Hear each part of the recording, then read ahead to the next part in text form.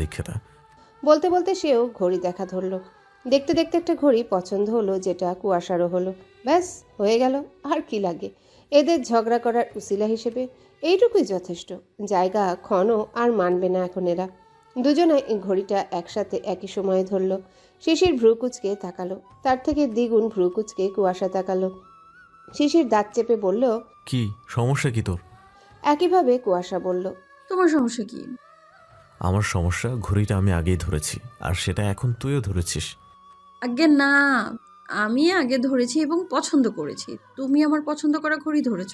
শিশির আরও চটে গেল, বলল, থাপড়ে দাঁত ফেলে দেব। এখানে তর্ক ঝগড়া করতে যাচ্ছি না, ভালো মেয়ের মতো ছাড় এটা। পারবো না। বলে এবার কণ্ঠ খাদে নামিয়ে কিছুটা শিশিরের দিকে ঝুঁকে ফিসফিস করে বলল, তুই আমাকে থাপ্পড় দিলে আমি ছেড়ে দেব?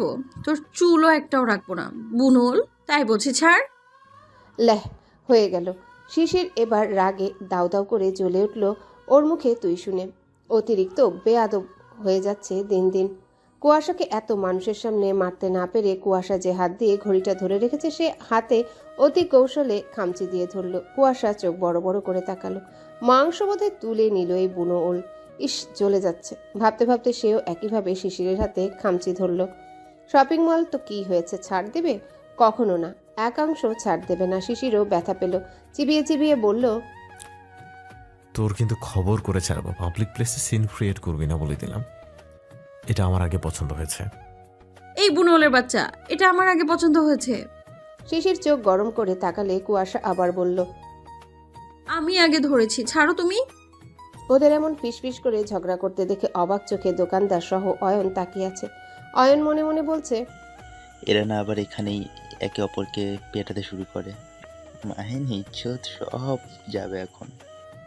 কথাটা আপন মনে ভেবে অয়ন দোকানে থাকা একটা ছেলের কাছে গিয়ে আস্তে করে বলল, ভাইয়া ওই সেম কোয়ালিটির ঘড়ি আছে? আর দেখে জানাচ্ছি ভাইয়া, ওয়েট প্লিজ। ওকে। কিছুক্ষণ পর দোকানের ছেলেটা জানালো ঘড়ি আছে, কিন্তু কালার ভিন্ন।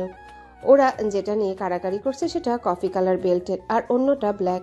সেটা গিয়ে দোকানদার শিশিরকে বলল, এক্সকিউজ মি ভাইয়া, সেম কোয়ালিটির আছে এটার, আপনারা চাইলে দেখতে পারেন। শিশির তা শুনে কুয়াশার দিকে তাকিয়ে বলল, ওকে, এটা দেখেন। না, একে দেখান, আমার এটাই পছন্দ হয়েছে। কথাটা বিড়বিড়ালো শিশির। তারপর আর তর্ক করতে চাইল না বলে ছেলেটাকে বলল।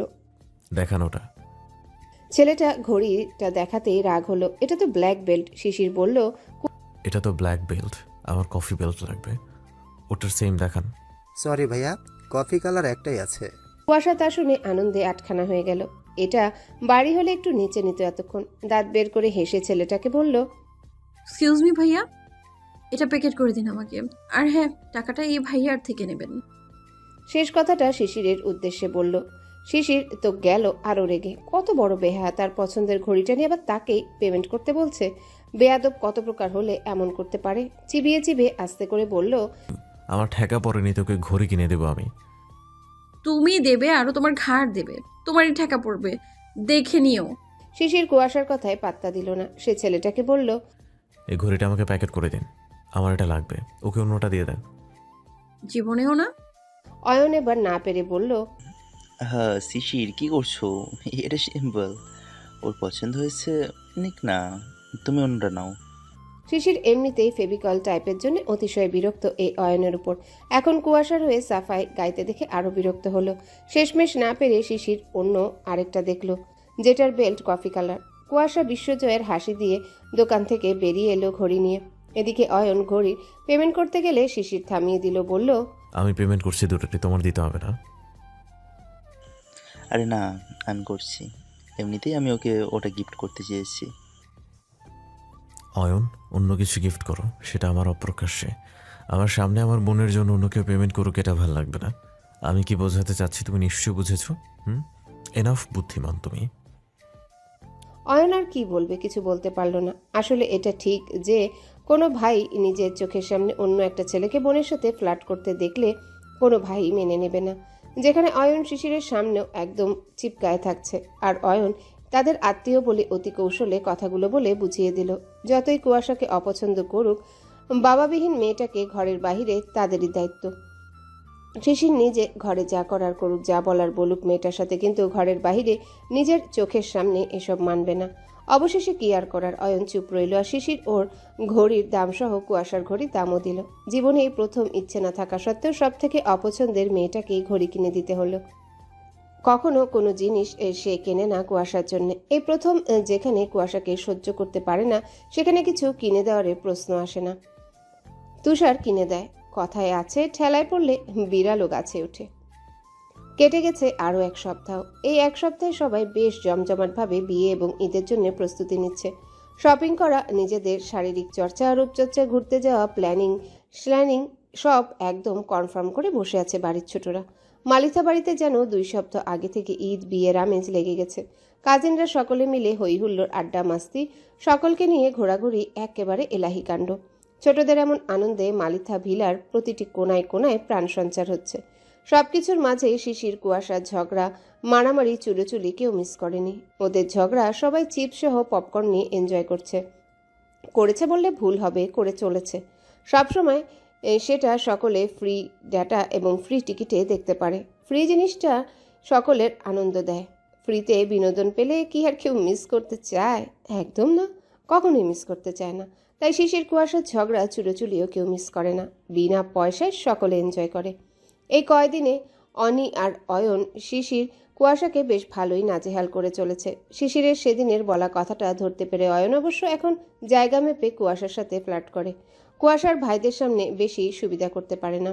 কুয়াশাও অয়নকে পছন্দ না বিধায় পাত্তা দিচ্ছে না। যাকে পছন্দ না তাকে পাত্তা কি করে দিবে? অমন পছন্দ তো রনিও করে। সবাইকে কি তাহলে সে পাত্তা দেবে? তার কথা, যে রাজকুমার আমার মনের রাজ্যের জায়গা নিতে পারবে, এই রাজকন্যা তার রাজ্যের রাজরানী হব আমি। তো সে জায়গা হয়তো এখনো করতে পারছে না কেউ, তাই রানীর মনের দখলদারিও কেউ করতে পারছে না। এদিকে এই সপ্তাহে আত্মীয় স্বজনদের ইনভাইট করা শুরু করেছে সকলে। যাদের বাসায় গিয়ে দাওয়াত করা প্রয়োজন তাদের বাসায় গিয়ে দিচ্ছে, আর যেখানে কার্ড পাঠানোর প্রয়োজন সেখানে কার্ড পাঠাচ্ছে। শিশির, কুয়াশা, তুষার, তুহিন, নিহার, হিমেলের বন্ধুবান্ধব সহ বৃষ্টির মায়ের বাড়ি, শিশিরের নানার কুলের লোকসহ জাকি আর ভাই বোনদেরও দাওয়াত করেছে। টুকটাক ভালো কাছের আত্মীয়দের মধ্যে পড়ে এমন সকল আত্মীয়দেরই দাওয়াত করেছে। তুষারের বিয়েতেও এমন বড় আয়োজন করা হয়েছিল। জাকির মালিথা, জাহিদ মালিথা মিলেই করেছিলেন। সেই হিসেবে তুহিনের বিয়েতেও 2 ভাই মিলে আয়োজন করছেন।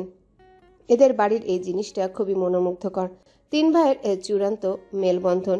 ভালোবাসার অভাব নেই পরিবারের মাঝে, ভাইদের মাঝে, যাদের মাঝে অপার ভালোবাসা এবং দরদ। এটা জালাল মালিথাই তৈরি করে গেছিলেন। তিনি শিখিয়েছিলেন যে কোনো পরিস্থিতিতে একে অন্যের সঙ্গ না ছাড়তে, সারা জীবন একে অপরের পাশে থেকে সাপোর্ট করতে, ভালোবাসতে। ভাইদের থেকে ভাইয়ের ছেলে মেয়েগুলো শিখেছে। এজন্যই তো সকলের মাঝে ভালোবাসাটা সর্বপ্রথম কথা বলে।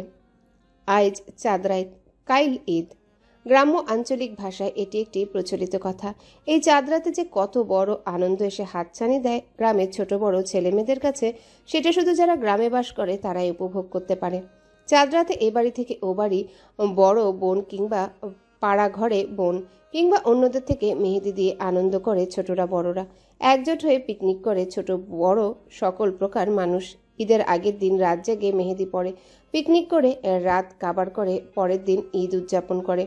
তো আজ সেই চাঁদ রাত, কাল ঈদ, ঈদুল আজহা অর্থাৎ কোরবানির ঈদ। সেই অনুযায়ী মালিথা ভিলার সকলে প্ল্যান করেছে পিকনিক করবে। আয়োজন ছাদে করা হবে। ছোট বড় সকলে করবে, কিন্তু আয়োজনের আনন্দের ছোটরা দায়িত্ব নিবে। সকাল থেকে এখন দুপুর পর্যন্ত একজোট হয়ে এই প্ল্যান নিয়েই সকলে পড়ে আছে। পিকনিক কি দিয়ে হবে, কিভাবে আয়োজন হবে, সবকিছু নোট করছে। বৃষ্টি লিখছে, বাকিরা হুকুম জারি করছে। একের পর এক লিস্টে নাম লিখছে খাবার তালিকার এবং উপকরণের। পিকনিকের খাবার আয়োজন হবে বিরিয়ানির সাথে, নাকি আবার রোস্টও করতে হবে। এটা কুয়াশার কথা। এই কথা বলতেই শিশির এবং তার মাঝে এক চালান যুদ্ধ হয়েছে। শেষে কুয়াশা জিতেছে। কুয়াশার কথা অনুযায়ী বিরিয়ানি, রোস্ট, শাহি বোরহানি, ঠান্ডা কোল্ড ড্রিঙ্কসের মধ্যে কোকাকোলা ও 7 আপ, আরও অন্যান্য কিছু পদ থাকছে। সেসব ঠিকঠাক করে বাজারের দায়িত্ব ছেলেদের ঘাড়ে পড়েছে। যদিও সব বাড়িতেই আছে, কিন্তু তারা চাইছে পিকনিকের জন্য আলাদাভাবে কিনতে।